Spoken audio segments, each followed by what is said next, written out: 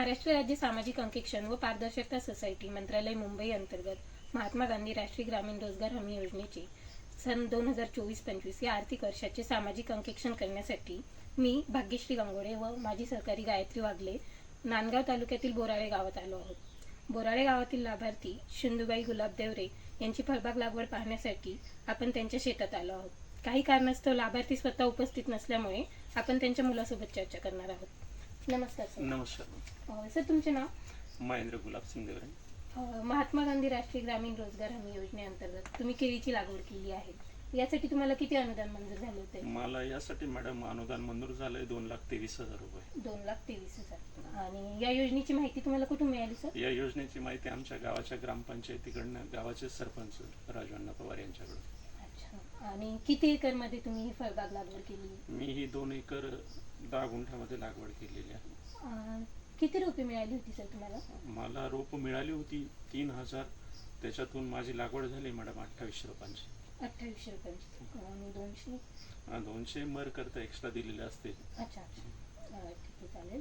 आणि लागवडीची तुमची किती वर्ष आहे? लागवडीचं माझं पहिलंच वर्ष आहे मॅडम. लागवडीचं पहिलं वर्ष. आणि या 1 वर्षामध्ये तुम्हाला म्हणजे कुशल व अकुशल अशी किती मजुरी मिळाली?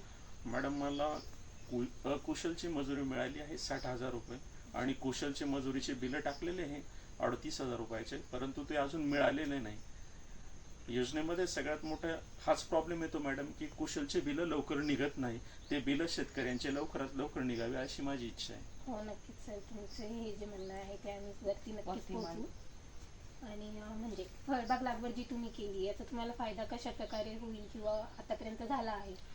मॅडम, माझं पहिलंच वर्ष आहे या फळबाग योजनेचं लागवड करण्याचं. याचा फायदा मला आता माझा माल कटल्यानंतर तो एक्सपोर्ट क्वालिटीचा माल होईल. याच्याकडून मला सरकारकडनं जे अनुदान मिळालं त्याच्यामुळे मी माझ्या बागेची देखरेख आणि व्यवस्थापन चांगल्या प्रकारे ठेवू शकतो.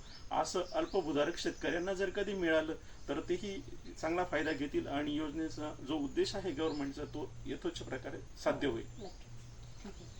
सर, इतर लोकांनी योजनेचा लाभ घ्यावा असं तुम्हाला वाटते का? हो मॅडम, मला 100% वाटते की जे लोक आहेत इतर शेतकऱ्यांनी पण या योजनेचा लाभ घेतला पाहिजे आणि आपलं उत्पन्न वाढवलं पाहिजे आणि जीवनमान पण उंचावलं पाहिजे. कारण गव्हर्नमेंट खूप याच्यातून शेतकऱ्यांना खूप आर्थिक मदत करतं. त्या मदतीचा सगळे शेतकऱ्यांनी लाभ घ्यावा अशी माझी इच्छा आहे. सर, फळबाग व्यतिरिक्त रोजगार हमी मार्फत तुम्ही कुठल्या योजनेचा लाभ घेतला आहे का? हो मॅडम, मी फळबाग व्यतिरिक्त रोजगार हमी योजनेतून विहिरीचा लाभ घेतलेला आहे आणि त्या सिंचन विहिरीचा लाभ घेतलेला. त्या सिंचन विहिरीच्यामुळे मला खूप फायदा झाला आणि त्याच्याचमुळे मी फळबाग लावू शकलो.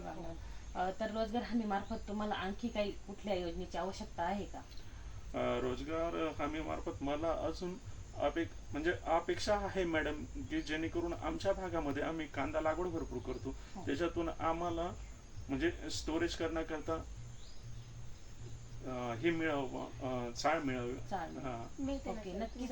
रोजगार हमी ही जी योजना आहे त्याबद्दल तुम्ही आणखी काही सांगू इच्छिता का? रोजगार हमी योजनेबद्दल जर सांगायचं झालं तर ही योजना सरकारने खूपच म्हणजे शेतकऱ्यांकरता खूपच लाभदायी आहे आणि त्याच्यामुळे शेतकऱ्यांचं जीवनमान उंचावू शकतं, शेतकऱ्यांचं उत्पन्न वाढू शकतं, शेतकऱ्यांना आर्थिक फायदा होतो. त्याच्यामुळे त्यांच्या शेतीची डेव्हलपमेंट चांगली होते मॅडम. ठीक आहे. अजून काही सांगू इच्छिता? बदल करायचा काही? नाही मॅडम, बदल करण्यापेक्षा मी फक्त गव्हर्नमेंटला आपल्या मार्फत हीच विनंती करतो की सरकारने जे कुशलचे बिल आहेत ते लवकरात लवकर जर कधी टाकले तर खूपच चांगलं होईल. शेतकऱ्यांना त्याच्यातून त्यांच्या सगळ्या गोष्टी व्यवस्थित करता येतील.